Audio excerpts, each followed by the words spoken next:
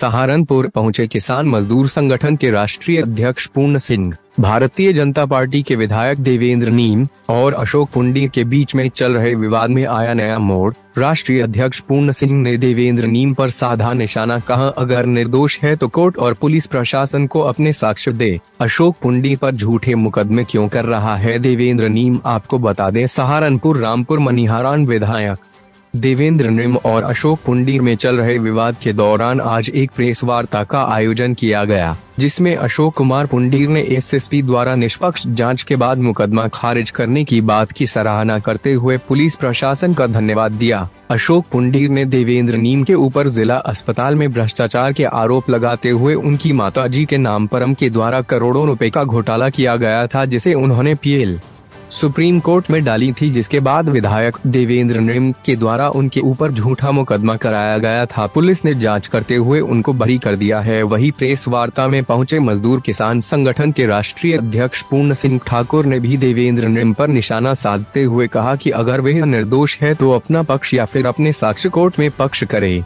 और निर्दोष साबित हो। वही जीरो टॉलरेंस की नीति पर भी उन्होंने सवाल करते हुए कहा कि जीरो टॉलरेंस सिर्फ कागजों में न के कार्यों में। क्या हो गया शुरू हो गया।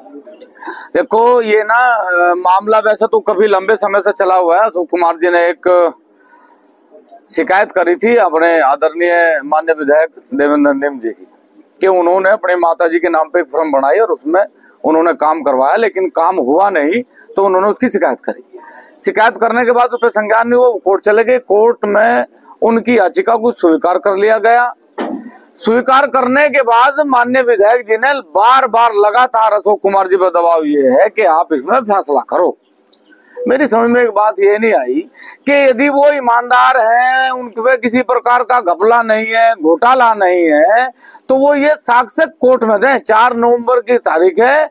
वो जितना प्रेशर यहाँ से अशोक कुमार जी पर लगा रहे, इतना मान्य न्यायालय में लगावे, क्योंकि यदि वो साफ है तो उन्हें बिल्कुल 100% वहां अपना साक्ष्य देना चाहिए। हाँ, मैं एक बात पत्रकारों के माध्यम से जरूर कह रहा कि यदि वो वहां साक्ष्य देने में और निर्दोष साबित हुए तो मेरा अशोक कुमार जी से कोई मतलब वास्ता नहीं।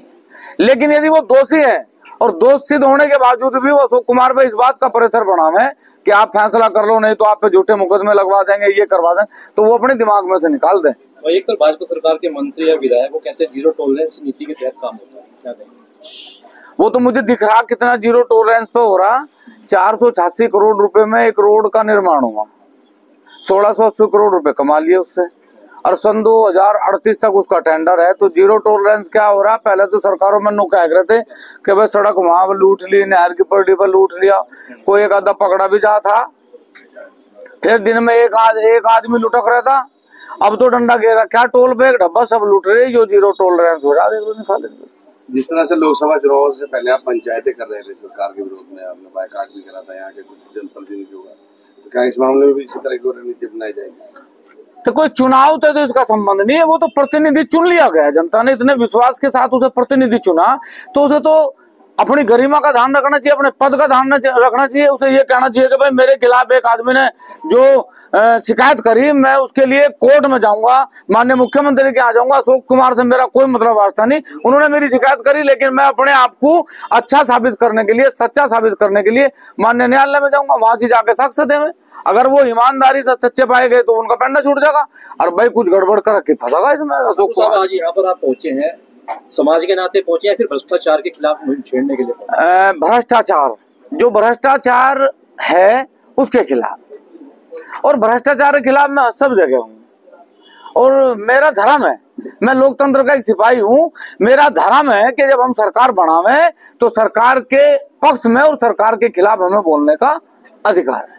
आप गिरफ्तारी की बात कर रहे थे कि पब्लिक में गिरफ्तारी देंगे, क्या नहीं? मान लिया अगर झूठे मुकदमे की गिरफ्तारी होगी तो फिर मान लिया अशोक कुमार की गिरफ्तारी थोड़ी होगी, फिर तो भाई एक डब्बा हम सब देंगे। हम भी कौन सा घर रह के फिर चैन से बैठेंगे? सब गिरफ्तारी देंगे जब जो मुकदमा सच्चा होगा। झूठे में गिरफ्तारी उसे देनी पड़ेगी जिस पे भाई मुकदमा है।